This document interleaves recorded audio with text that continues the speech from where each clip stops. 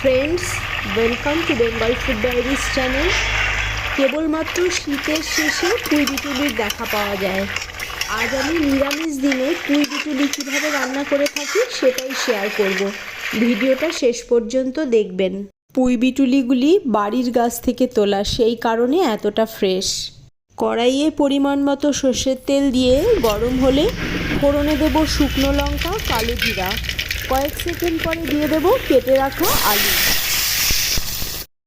আলু নুন দিয়ে 2 মিনিট মতো ভেজে নিয়ে ওরই মধ্যে দিয়ে দেব 1 টিস্পুন আদা বাটা, সাথে দেব কাঁচা লঙ্কা বাটা ও হলুদ গুঁড়ো।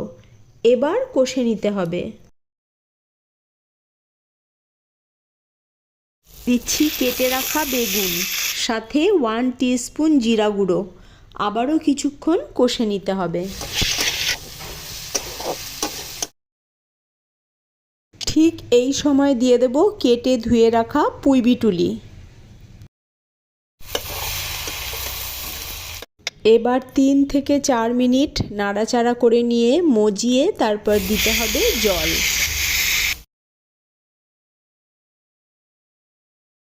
এখন জাল হতে দিতে হবে।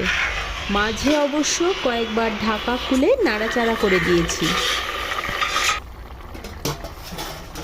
সবজি আমার সেদ্ধ হয়ে মজে এসেছে। দিচ্ছি 1 চামচ মতো চিনি। সুন্দর করে মিশিয়ে দিতে হবে। ঠিক এরকম মাখো মাখো হয়ে এসেছে, সেই সময় নামিয়ে নিতে হবে। রেসিপি ভালো লাগলে সাবস্ক্রাইব টু মাই চ্যানেল।